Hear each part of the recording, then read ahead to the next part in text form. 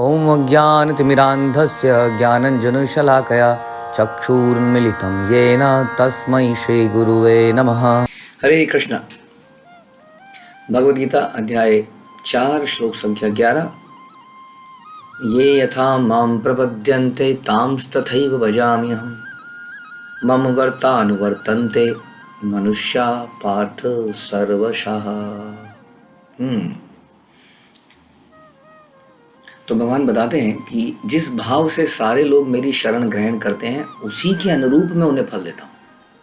हे पार्थ, प्रत्येक व्यक्ति सभी प्रकार से मेरे पथ का ही अनुगमन करता है। तो पिछले कुछ श्लोकों में भगवान ने अपने बारे में कुछ बताया कि मेरे जन्म और मेरे कर्म दिव्य हैं। मुझे एक साधारण व्यक्ति मानना एक मूर्खता है।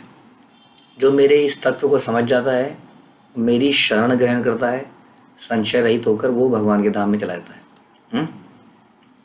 आज बता रहे हैं कि अल्टीमेटली हम जो भी करते हैं उसका फल देने वाले भगवान ही होते हैं।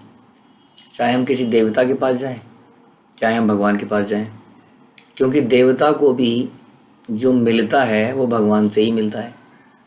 जैसे कि रिटेलर होता है, परचून का दुकानदार एक थोक के दुकानदार से खरीदता है। हाँ, तो थोक के दुकानदार डायरेक्टली भी देता है माल। अब थोक के दुकानदार से लिया जाए या परचून वाले से लिया जाए, अल्टीमेटली वो थोक से ही आ रहा है। तो ये समझने की बात है। इसलिए भगवान कहते हैं कि सारे जीव वास्तव में डायरेक्टली या इनडायरेक्टली मेरे ही पथ का अनुगमन करते हैं। बट इसका मतलब नहीं है कि वो सारे रास्ते सही हैं। आप रिटेलर से लेंगे तो रेट कुछ और मिलेगा और थोक वाले से लेंगे तो रेट कुछ और मिलेगा। एक मेटीरियल एग्जाम्पल है, एक जगह में जाने के 4 रास्ते तो हो सकते हैं, लेकिन इसका मतलब ये नहीं है कि उस रास्ते से ही जाया जाएगा। राइट।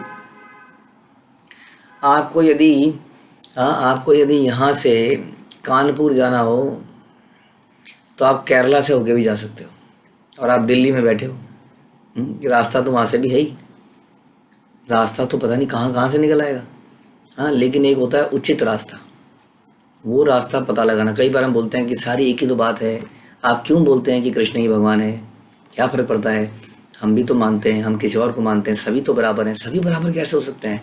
आपके घर में एक लेडी है, वो घर में किसी के पैर छूती है, किसी के साथ थोड़ा अपने देवर के साथ हो सकता है थोड़ा सा मजाक भी कर ले, अपने जेठ के साथ वो बड़ा इज्जत से बात करती है, ससुर के साथ हो सकता है और ज़्यादा झुक के प्रणाम करे, पैर छुए। अब वो सभी मेरे लिए तो बराबर हैं। तो क्या वो सही होगा? नहीं। तो रिश्ते अलग हैं, एक्सपेक्टेशन अलग हैं, हमारा भाव डिफरेंट है। और जो जिस भाव से भगवान के पास जाता है, भगवान कह रहे हैं मैं उसी के अनुसार उसके साथ उसको फल देता हूँ। भगवान के पास सारे लोग अल्टीमेटली जाते हैं। जैसे कि हम लोग अलग अलग देवताओं के बारे में जब पास जाते हैं और उनसे कुछ मांगते हैं। कोई देवता से, जैसे हम रोज़ ही सुनते हैं, अभी कोई भी नवरात्रे चल रहे हैं तो हम चाहते हैं कि देवी माँ हमें कुछ कृपा कर दे। फिर कुछ और आ जाएगा, हम कहेंगे हाँ कुछ कृपा कर दे, कुछ ये कृपा कर दे, कुछ यहाँ से कृपा मिल जाए, कुछ वहाँ से कृपा मिल जाए। अनेक रीति रिवाज हम मानते हैं, जानते हैं। बीच में कई सारे रीति रिवाज आते ही रहेंगे, व्रत आते ही रहेंगे और हम कुछ मांगते ही रहते हैं। और इस प्रकार से हमारी जो मानसिक स्थिति है वो कुछ भौतिक वस्तु मांगने की है। इसी प्रकार देवताओं के माध्यम से भगवान हमें उस भौतिक वस्तुओं को देते रहते हैं एंड हमें एक तरह से हम मूर्ख बनते रहते हैं। हाँ, ये ऐसे ही हो गया जैसे कि जब बलि महाराज के पास वामन देव पहुँचे तो बलि ने बोला मांगो ब्राह्मण, क्या मांगते हो? तुम्हें राज्य दे दूँ, पूरे का पूरा राज्य दे दूँ, तुम्हें इतनी लाखों गायें दे दूँ, क्या दे दूँ तुम्हें? वो कहता है मुझे तो 3 पग भूमि दे दो। वो हंसते हैं कि मुझसे 3 पग भूमि मांग रहा है। हाँ, राजा से कोई 3 पग भूमि मांगे तो उसी तरह से, वो तो एक अलग प्रसंग है, लेकिन यहाँ पर वही हो जाएगा कि यदि हम भगवान की भक्ति करें और उनसे कुछ ऐसी भौतिक वस्तुएं मांगें, हाँ, तो उन वस्तुओं को मांगने के लिए तो लोग देवी देवता के पास भी चले जाते हैं।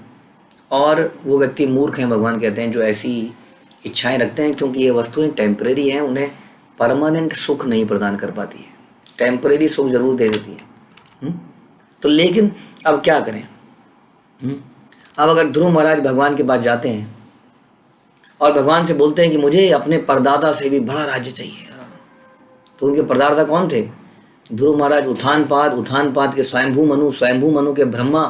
अब ब्रह्मा से भी बड़ा राज्य जिसको मिलना हो, तो ऐसा व्यक्ति, इतना राज्य, इतना बड़ा राज्य चाहिए, तो इसलिए उनको ध्रुव मंडल दिया गया, जो ब्रह्मलोक से भी बड़ा माना जाता है। और वो प्रलय के समय पर कहते हैं वहाँ प्रलय भी नहीं आती, इतना महान। लेकिन इतनी तपस्या के बाद जब भगवान उनसे बोलते हैं कि ध्रुव बोलो क्या मांगते हो, ध्रुव कहते हैं मैं तो आप ही को मांगता हूँ। तो वो कहेंगे नहीं, ऐसा नहीं चलेगा, तुमने तपस्या तो किसी और चीज़ के लिए करी थी। यहाँ पर हम चीटिड हो जाते हैं। हाँ, हम भक्ति करने निकलते हैं और कई बार कुछ और चीज़ें मांगने लगते हैं और हमारी सारा भक्ति का फल व्यर्थ हो जाता है। जैसे कि विश्वामित्र ब्रह्म ऋषि बनने निकले थे। वशिष्ठ से उनको थोड़ा झगड़ा हो गया था वशिष्ठ के साथ, और उन्हें लगा था कि वशिष्ठ की ताकत को देख के वो हैरान रह गए थे कि एक साधारण से साधु ने मेरे ब्रह्मास्त्र को काट दिया। जब उनकी गाय लेना चाहते थे, वास्तव में कहानी ऐसी थी कि उनकी गाय लेना चाहते थे सारांश में, लेकिन गाय ने भी मना कर दिया। गाय ने इतने अस्त्र निकाल दिए कि विश्वामित्र देखता ही रह गया। विश्वामित्र ने तपस्या करी, अस्त्र शस्त्र लेके आया और वशिष्ठ ने उनको बड़ी आसानी से हरा दिया। तो इस प्रकार से वो उन्होंने कहा अब मैं ब्रह्म ऋषि बनूंगा, यानी कि ब्रह्म ऋषि बनने में इतनी ताकत है। और ब्रह्म ऋषि बनते बनते जो उन्होंने ताकत हासिल करी, वो ताकत उन्होंने वेस्ट कर दी त्रिशंकु को ऊपर भेजने के चक्कर में। हाँ, अनटाइमली किसी को स्वर्ग प्राप्त करने के लिए। अब त्रिशंकु जो था, हम पूरी डिटेलिंग नहीं दे रहे हैं आपको, लेकिन कहने का मतलब ये है कि जो व्यक्ति हम अपनी शक्तियों को गलत जगह पे यूज़ कर लेते हैं। हम अपनी जो हमने अर्जित करी होती भक्ति, उसको भौतिक चीज़ें मांगने में यूज़ कर लेते हैं। हाँ, धन धान्य स्वास्थ्य इत्यादि इत्यादि। हम लोग कहते हैं ना बड़ी कृपा है भगवान की। क्यों कृपा है? क्योंकि मैं बीमार नहीं पड़ा इस बार। हाँ, बड़ी कृपा है, कोरोना में बच गया। अरे कृपा तो ये होनी चाहिए थी कि बड़ी कृपा है कि भगवान के नामों का जप कर पा रहा। इसको हम कृपा नहीं मान। बड़ी कृपा है कि भक्तों की सेवा मिल रही है, बड़ी कृपा है कि भक्तों के बीच में रह पा रहा हूँ, बड़ी कृपा है कि सत्संग सुनने को मिल रहा है। लेकिन हम कहते हैं बड़ी कृपा है, बीमारी से बच गया, बड़ी कृपा है, पैसे की पूर्ति हो रही है। ऐसा हम अक्सर डिस्कस करते हैं। तो यही भगवान यहाँ बता रहे हैं कि ये यथा माम प्रपद्यन्ते, जो मेरे पास जिस भाव से आता है उन्हीं के अनुसार मैं उसको फल देता हूँ। लेकिन ऐसे में मुझे पार्शल ना माना जाए। हाँ, कि मैं पार्शलिटी करता हूँ। देखिए, एक सरकार है, यदि वो किसी को रिवॉर्ड देती है और किसी को डंडे मार मार के लॉकअप में बंद करती है और ये कहे कि मेरे साथ पक्षपात हो रहा है, उस व्यक्ति को इतना इनाम दिया जा रहा है, मुझे जेल में बंद किया जा रहा है, तो ऐसा क्यों? क्योंकि उस व्यक्ति ने सरकार के अनुसार कुछ ऐसा कार्य किया है जिसके लिए सरकार उसको पारितोषिक दे रही है। लेकिन इस व्यक्ति ने सरकार के नियमों का उल्लंघन किया है, इसलिए इसको जेल में बंद किया जा रहा है। उसी प्रकार से यदि हमारे साथ कुछ बुरा होता है तो हम कहते हैं मेरे साथ पार्शियलिटी हुई है, और उसके साथ अच्छा हुआ तो हम कहते हैं ये उसके साथ अच्छा क्यों हो रहा है। हम इस बात को कभी भी नोटिस ही नहीं कर पाते कि संसार में सब कुछ कॉज एंड इफेक्ट है, कार्य का प्रतिफल है। यहाँ पर कुछ गलत हो ही नहीं सकता है। अगर यहाँ पे कुछ गलत हो रहा है, that means Krishna is not all powerful. अगर हम कहते हैं कि भगवान सबसे अधिक पावरफुल हैं, सबसे अधिक ज्ञाता हैं, तो कैसे किसी के साथ गलत होने दे सकते हैं बताइए? यदि भगवान को मेरे दुखों का पता ही नहीं चल रहा, क्या करूं, भगवान पता नहीं कब मेरी तरफ देखेंगे। हाँ, तो क्या भगवान आपकी तरफ नहीं देख रहे हैं? इसका मतलब आपके बिना परमात्मा के ये पंछी आपका अंदर बैठा हुआ है। ध्यान रखिए, जब तक परमात्मा की इच्छा है तब तक है हमारा आत्मा का पंछी अंदर बैठा है, नहीं तो फुर्र से उड़ जाएगा और हम बैठे रह जाएंगे। तो कैसे कह सकते हैं आप कि भगवान आपको नहीं देख रहा है, आपके दुखों को नहीं देख रहा है? हाँ, भगवान ही आपको कष्टों में डाल रहा है वाकई में। क्यों? क्योंकि मेरे कर्म ऐसे हैं, उनको सुधारने के लिए, उनका समाप्ति करने के लिए। इसलिए कभी पार्शियलिटी जैसी कोई चीज़ नहीं हो सकती। पार्शियलिटी है तो सामाजिक लॉ है, लॉ एंड ऑर्डर है। भगवान के राज्य में पार्शियलिटी नहीं है, क्योंकि वो हर चीज़ को का कॉज एंड इफेक्ट है। बहुत सारे लोग हैं जिनको गवाहों की आवश्यकता नहीं पड़ती, जैसे कि यमराज उनकी इन चीज़ों को एग्जीक्यूट करते हैं। तो इस प्रकार से जो भी हमें फल मिलता है वो हमारी इच्छाओं के अनुसार मिलता है। हाँ, हम किसी व्यक्ति के किए गए त्यागों को भूल जाते हैं, शरणागति को भूल जाते हैं, हम जानते ही नहीं है। हमें लगता है इस व्यक्ति की अननेसेसरीली ज़्यादा फेवर करी जाती है, इस व्यक्ति को अननेसेसरीली ज़्यादा पूछा जाता है, क्योंकि हम जानते नहीं है ना। जैसे कि आपने ऑफिस में देखा होगा, जिसकी प्रमोशन हो जाती है, हाँ इसकी प्रमोशन हो गई, चमचा है ना, चमचा। हमसे तो नहीं होती। अब क्या होता है ना, खिसियानी बिल्ली खंबा नोचे, हमसे नहीं होती चमचागिरी। हाँ, चमचागिरी नहीं होती आपसे। आपके अंदर वो कला ही नहीं है चमचागिरी करने की। हाँ, वो भी एक कला ही है वास्तव में। हाँ, तो हम लोग खिसियानी बिल्ली की तरह बोलते हैं, हमसे नहीं होता, हमसे ये नहीं होता। वास्तव में हमें भी मौका मिले तो हम भी करते हैं। हाँ, लेकिन कहने का मतलब ये है कि भगवान को प्रसन्न करना, भक्तों को प्रसन्न करना, अपने से बड़ों को प्रसन्न। क्या हम अपने घर में अपने पेरेंट्स को प्रसन्न करने का प्रयास नहीं करते थे कुछ चीज़ हासिल करने के लिए? क्या वो गलत बोला जाता है? नहीं, वो गलत तो नहीं बोला जाता।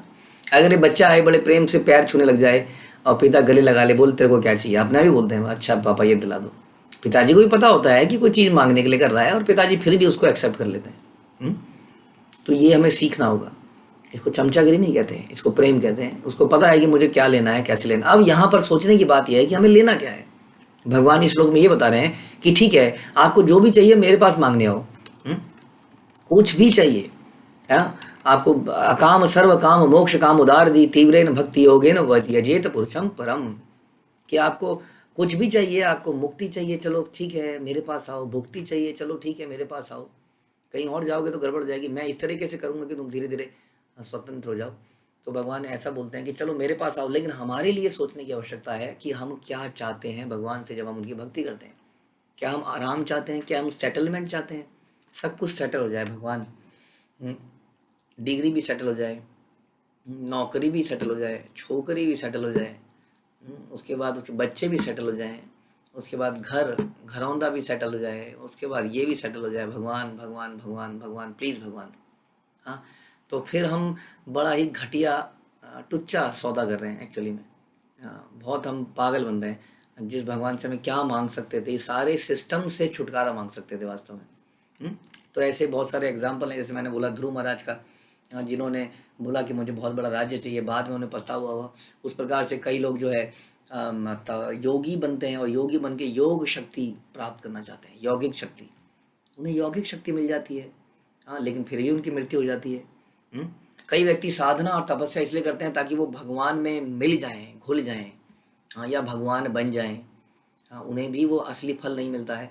कुछ ज्ञानी होते हैं जो ज्ञान प्राप्त करना चाहते हैं भगवान से, हे सरस्वती माँ। हाँ, कई बच्चों को होते हैं बचपन से ही सरस्वती माँ की बहुत पूजा करेंगे, ज्ञान मिल जाए, ज्ञान, ताकि हम शो ऑफ कर पाए। तो इस प्रकार से। लेकिन कुछ लोग ऐसे हैं जो भगवान को केवल प्रेम करना चाहते हैं, केवल सर्व करना चाहते हैं, जिसका एग्जाम्पल है गोपी। गोपियाँ भगवान को केवल देना चाहती थी, सर्व करना चाहती थी। हाँ, तो बाकी लोगों को तो भगवान ने राज्य दे दिया, किसी को यौगिक शक्ति दे दी, किसी को ज्ञान दे दिया। लो लो अब पीछा छोड़ो, जाओ। जैसे भिखारी को कहते हैं ना, ले भैया ले, जा जा निकल, आगे निकल। वैसे ही भगवान कहते हैं जाओ, get lost, okay you want this, okay take it. लेकिन गोपीज क्या चाहिए? कुछ नहीं चाहिए। अब भगवान कहते हैं अब मैं क्या करूँ? भगवान कहते हैं मेरे पास तुम्हें देने के लिए कुछ नहीं है, इसलिए मैं अपने आप को ही तुम्हें दे देता हूँ।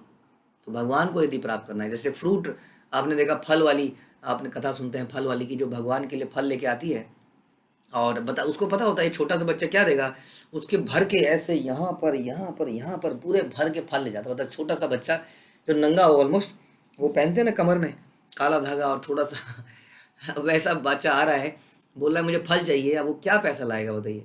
अब वो उसको भर के फल दे देती है। वो अंदर जाता है और हाथ में कुछ गेहूं के दाने ले आते हैं, गेहूं चावल के। वो दाने इतने से हाथों में गिर जाते हैं, वो थोड़े से 4-5 दाने पकड़ा देता है। वो पता नहीं उसको इतनी खुशी होती है उस लेडी को, और वो घर चली जाती है और घर जाके देखती है कि उसके फलों की टोकरी में हीरे जवाहरात। और जानते हैं कि उसको ये देख के बड़ा दुख होता है। हम तो नाचने लगते हो, वो मिल गया मिल गया मिल गया, जिंदगी सफल हो गई। वो बड़ी दुखी होती है, वो फिर से जाती है फल लेके, और उसको लगता है कि वो ठगी गई वास्तव में। हाँ, उसको गहने मिल गए और वो कहती है ठगी गई। फिर से जाती है, वो बालक फिर से आता है कृष्णा। हाँ, फिर से फल के लिए बोलता है, बोले फल दूंगी तो पहले मुझे कुछ चाहिए। हाँ, अब इसको क्या चाहिए? बोलते मेरी गोदी में बैठ के मुझे मैया बोल दे एक बार। और जब वो मैया बोलता है तो वो बस उसके बाद तो वही उसके दिमाग में मैया मैया घूमता रहता है, पागल सी हो जाती है और घर चली जाती है और बस उसी के ख्यालों में पूरी ज़िंदगी बिता देती है। तो मैं ये बताना चाह रहा था आपको कि किसी की आकांक्षाएं कुछ हो सकती हैं, किसी की कुछ हो सकती हैं। ये भौतिक वस्तुएं मांगना भगवान से, देवताओं से बहुत ही घटिया सौदा है, हाँ, नुकसान का सौदा है। हम भगवान से भगवान को मांग सकते हैं, उनके प्रेम को मांग सकते हैं, यानी कि उनकी सेवा को मांग सकते हैं। सबरी और कई ऐसे एग्जाम्पल हैं, सबरी का, ध्रुव का, प्रहलाद का, जिन्होंने क्या मांगा, हमें भक्तों की सेवा दे दो भगवान, हमें गुरु का सानिध्य दे दो, उनकी सेवा दे दो भगवान। तो ये कुछ उच्च लोगों की इच्छाएं हैं, जिनको वास्तविक जीवन में कुछ लॉस होने पर भी उन्होंने केवल यही मांगा। हाँ, आप देखिए शिला प्रभुपाद अपने गुरु की इच्छा पूरा करने के लिए जलदूत में बैठ के गए। अब कोई कहते थे कि मैं कितना बड़ा काम कर रहा हूँ, जलदूत में जा रहा हूँ, और उनको हार्ट अटैक आ जाता है, मरने की अवस्था में जाते हैं, दूसरा हार्ट अटैक आ जाता है, तब भी वो ये नहीं कहते हैं कि भगवान क्या कर दिया, भगवान मैं तो आप ही के लिए जा रहा था। वो कहते हैं भगवान आपको जो कराना है कराइए, आपको कुछ विशेष उद्देश्य जरूर होगा। यदि मैं जा रहा हूँ तो बड़े मुश्किल मिशन में जा रहा हूँ, आपको यदि कराना है तो आप करा लीजिए। तब भी वो अपनी गुरु की इच्छा जाहिर करते हैं कि मेरे गुरु की ऐसी इच्छा थी कि मैं ये कार्य करूं, और उस कार्य को करने के लिए मांगते हैं कि मैं इस कार्य को, यदि आपको अच्छा लगता है, यदि आपको लगता है कि ये कार्य मुझे करना चाहिए, तो मेरे को शक्ति दीजिए। इस तरह से भक्त लोग मांगते हैं। तो ध्यान रखिए, जैसा मांगेंगे वैसा ही फल मिलेगा, जिस इच्छा से जाएंगे वैसा ही हमारे साथ रिएक्शन होगा। जितना गुड़ डालेंगे उतना ही मीठा होगा, जितना त्याग करेंगे उतना ही प्रेम मिलेगा। लेकिन यदि हम अपने स्वास्थ्य, अपने परिवार, अपनी सुविधाओं के लिए रोते रहेंगे तो यही सुविधाएं मिलेंगी और हम बहुत बुरी तरीके से ठग लिए जाएंगे। हाँ, इसके अलावा इस श्लोक में श्रील प्रभुपाद ये बताते हैं कि भगवान को जब हम अप्रोच करते हैं तो कई तरीकों से करते हैं। कोई दास्य भाव में करता है, कोई साख्य भाव में करता है, कोई वात्सल्य में करता है भगवान का माता पिता के रूप में, और कोई माधुर्य में करता है। इस प्रकार जैसे जैसे वो भगवान के साथ फीलिंग्स डेवलप करते हैं, भगवान वैसा ही रेसिप्रोकेट करते हैं। हाँ, तो उन्हीं के अनुसार भगवान करते हैं, कोई स्वामी के रूप में, कोई सखा के रूप में। तो इस प्रकार से विशेष रूप से जानने योग्य यही है यहाँ पर कि भगवान के पास हम किस भाव से अप्रोच करें, और उसी के अनुसार उसका प्रतिफल मिलेगा। जैसे संसार में हमें किसी भी रिश्ते में, किसी भी मित्रता में मिलता है, जिस भाव से हम उसको बनाते हैं। यदि बिजनेस माइंडेड रिलेशनशिप होते हैं, हाँ, तो बिजनेस माइंडेड ही रह जाते हैं।